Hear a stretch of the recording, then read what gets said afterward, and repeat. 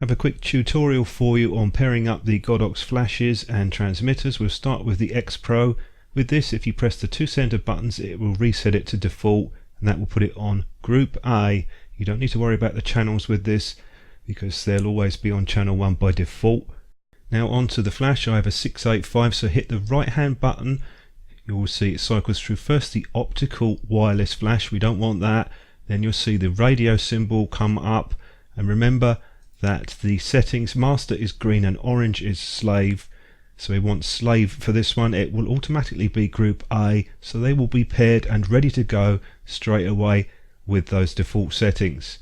You can then go in and change the power levels if you want, and things like the TTL. With the X1T, when you power that up by default, that will have all three groups ready to go. So it's simply a case of pressing the group button and using the jog dial or the mode, and you can change the power settings on the flash. Very simple procedure with that.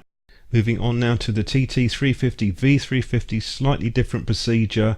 So power it on. Underneath the sync button you'll see the same symbol again. That's for the radio flash, so hit that and you'll see that the icon is flashing on the left. M is master, S is slave. So once we've set it to S, you then just press the center set button and that's ready to go. You can also change your groups and the mode that you want on that. One point to note with the flashes is when they're set to group, the same group, that they will be changed at the same time, so they will have the same power settings and adjustments. So what you want to do, if you wish to have separate power levels and separate settings for each flash, move them to a different group.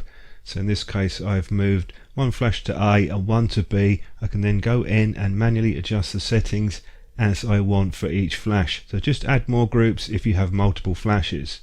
You have quite a few groups, particularly in manual with the Godox system. Next up is how to use the 685 or V862 as a master flash. Remember, green is master and we're in the radio mode.